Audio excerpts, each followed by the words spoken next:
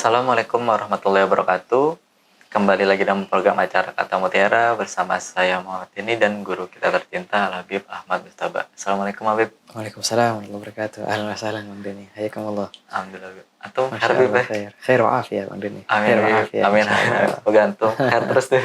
Amin insyaallah. Alhamdulillah. Kita kita insyaallah. kita bisa istiqomah nih sampai khatam nih. Amin insyaallah Bang Deni. Insyaallah ya karim. Amin Habib.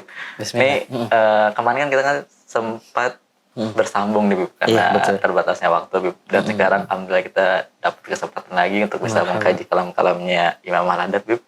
Mungkin bisa langsung dilanjutkan Bib pembahasan kemarin Bib. Iya, oke. Di sini kita masih di hikmah yang ke-21 Bang Deni. Perumpamaan manusia dalam belajar dan memahami ilmu itu. Yang mana di sini beliau membagi itu 3 kan.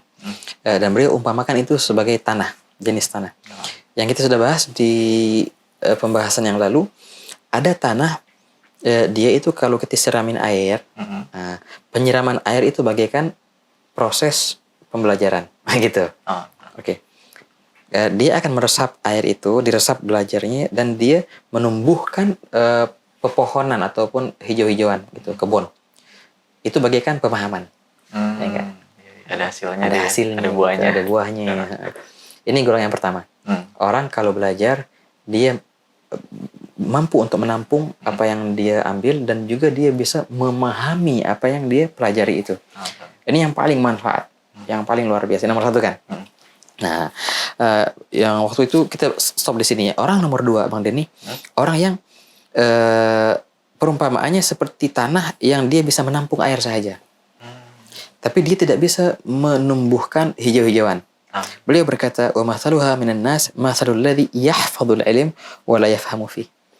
Perumpamaannya seperti manusia, orang-orang yang belajar, dia menghafal bisa, menampung bisa. Tapi wa la yafham fi, tapi dia tidak bisa memahami apa yang dia hafal itu. Oke. Beliau berkata, "Wa idza ra'aital 'alim la yazid 'ala ma yasma' fa huwa dzaka." Nah, makanya jadi bisa ngapal tuh dia tuh, Masya Allah luar biasa. Mahamin enggak? Kalau seandainya beliau berkata, kalau seandainya engkau melihat orang-orang yang disebutkan dengan kata alim, orang alim lah, atau ulama, tapi apa yang dia bicarakan itu persis sama yang kayak di kitab contohnya, ataupun yang nggak ada bedanya, kita baca ya sama pembahasannya sama aja, nggak ada tambahan gitu, nggak ada variasi, nggak ada variasinya, nggak ada penemuan-penemuan barunya. Nah ini nomor 2 nih berarti nih. Artinya dia bagaikan tanah yang hanya menampung. Apakah manfaat? Sangat manfaat. Ya enggak? Sekiranya orang bisa mengambil air darinya, itu sangat-sangat manfaat.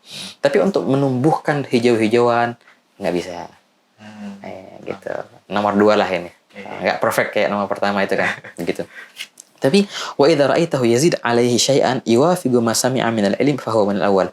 Tapi kalau seandainya engkau melihat seorang alim, dia mengutarakan apa yang ada di kitab, apa yang ada yang pernah dia dengar, kemudian dia tambah-tambah dengan syarat tambahannya itu sesuai dengan apa yang dia ketahui dengan ilmunya, bukan melenceng, bukan menyeleweng kalau bahasanya. Itu lain lagi tuh, rahasia itu. Jadi tambah-tambahannya itu, pemahamannya itu, istimbatnya itu sangat-sangat sesuai dengan apa yang ada di kitab. Nah, berarti nomor 1 ini. Yang apa? Yang tanah yang bisa menumbuhkan buah-buahan, pepohonan. Ada pemahaman berarti di situ. Bukan cuma nampung saja, nampung dan dilestarikan sama dia. Ditumbuhin hijau, dikembangkan sama dia. Pertama. Oke, ala kulli hal. Ini kan jadi nomor 2 tadi siapa ya? Orang yang dia mampu hanya menampung. Oke. Bagus sih, bagus. Dan sangat bagus. Oke. Nomor 3 sekarang. Wal ardu tsalitsa ardun la tunbitu kala'an wa la tamsiku ma'an. Nah, yang jenis tanah nomor 3, tanah yang dia nggak bisa numbuhin hijau-hijau. Oke. Dan juga dia tidak bisa menahan air. Diresap tuh air tuh, shoot, diresap sama dia. Tungguin, tumbuh apaan? Nggak tumbuh apaan. Jadi hijau, kagak. Lah, jadi mana? Manfaat air itu apa? Nggak ada manfaatnya. Sia-sia gitu air itu lewat situ. Ada nggak kayak gitu? Ada. Tanah kering tuh. Tanah kering. Padang pasir tuh kayak gitu. Nah. Tapi ini biasanya perumpamaan ini Ini Imam Al-Haddad ngasih seperti ini untuk kita, maksudnya seperti apa sih? Nah itu dia.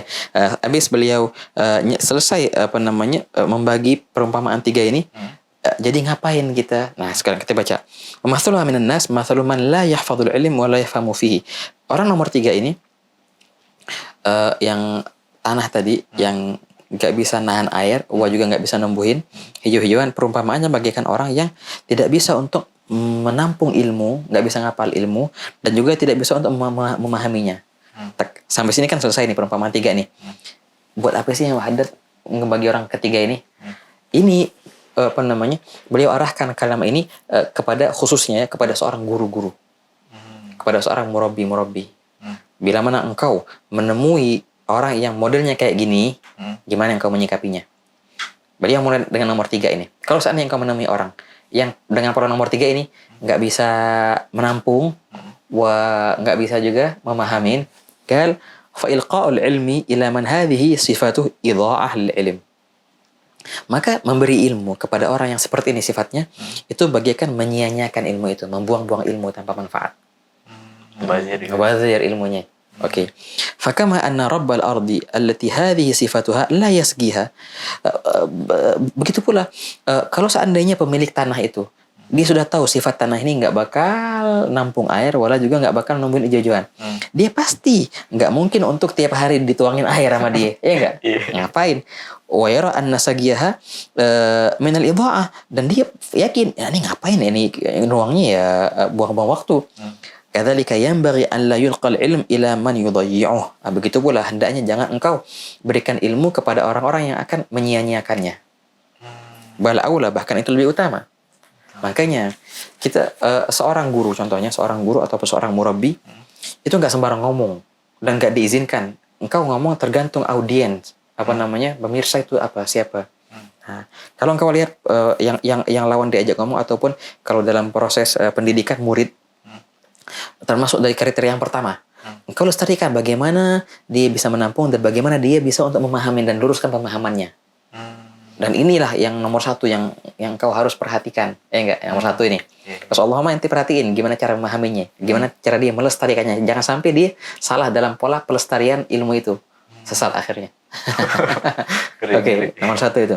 Nomor 2, kalau seandainya nemu seorang murid yang dia nggak bisa melestarikan, tapi dia bisa mampu menampung. Nah, gimana kita nyingkapinya? Bagus nih, tambah-tambahin kalau bisa ngapal Quran, ngapal hadis yang banyak, cukup menghafal artinya. Sedikit kita latih dia untuk bisa melestarikan ataupun memahami walaupun dikit dengan sesuai. Jangan terlalu banyak, bakal ngeheng bakal error. Ya sudah, kasih dikit aja. Soalnya tapi bisa nampung. Tapi kalau seandainya engkau menemukan orang yang nggak bisa nampung, orang nggak bisa yafham. Nah, kata Imam Haddad, ya pastilah kalau orang punya tanah itu dia nggak bakal disiramin tiap hari. Nah, hanya berikan kepadanya perihal yang dia butuhkan untuk kesehariannya saja, fardu ainnya cukup.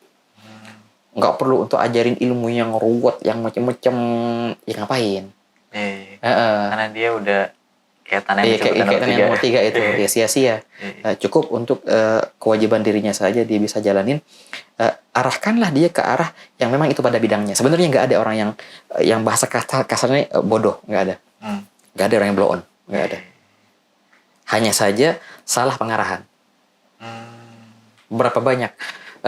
Nah makanya dalam dunia pendidikan ini dianggap salah ataupun keliru ya, ketika dipukul rata murid itu harus begini semua. Semua murid pokoknya harus jadi ini. Ya nggak bisa, lain-lain loh dosisnya mereka itu. Ada memang orang yang pas untuk diajarkan dengan pola begini dan kurikulumnya begini, tapi ada orang yang enggak.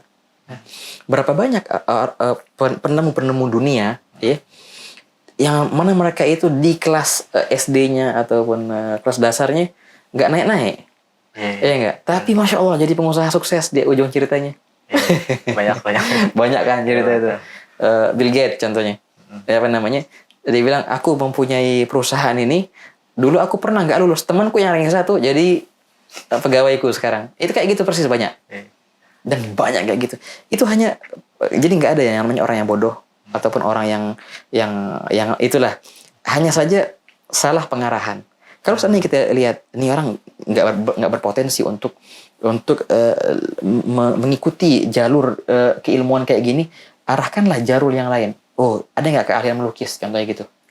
Biasanya keren tuh lukisannya, biasanya gitu. Adakah keahlian cocok tanam contohnya? Adakah keahlian cari bakat yang tersembunyi di dirinya? Kalau kita lestarikan itu, dia bakal yubdi dalam bidang itu. Nggak mungkin untuk semua kita pukul rata untuk menjadi ranking 1 semua dalam ilmu tertentu. Ya nggak bisa. Bukan berarti yang ranking 1 bagus, kemudian yang nggak lulus berarti dia nggak bagus. Enggak, dia ini bagus tapi dalam bidang yang lain. Tinggal cari bidangnya apa gitu.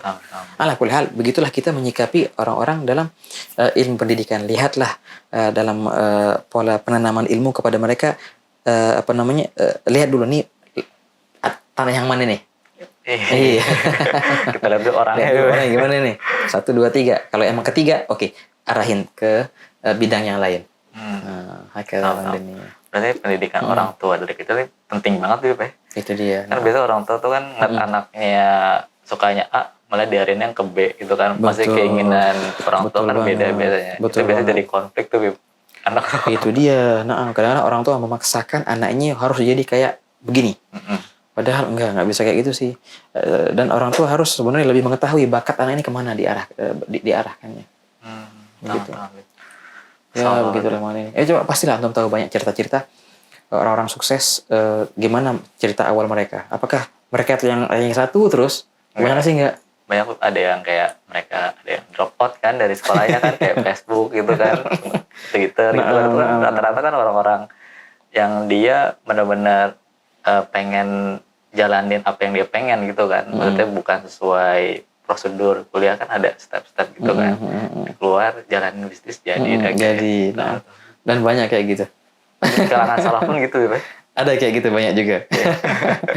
Ya nggak bisa untuk dijadikan semua mufti. Ya nggak bisa. Begitu. Beb, nih makasih banyak nih atas waktunya, Beb. Dan juga pembahasannya keren-keren banget nih.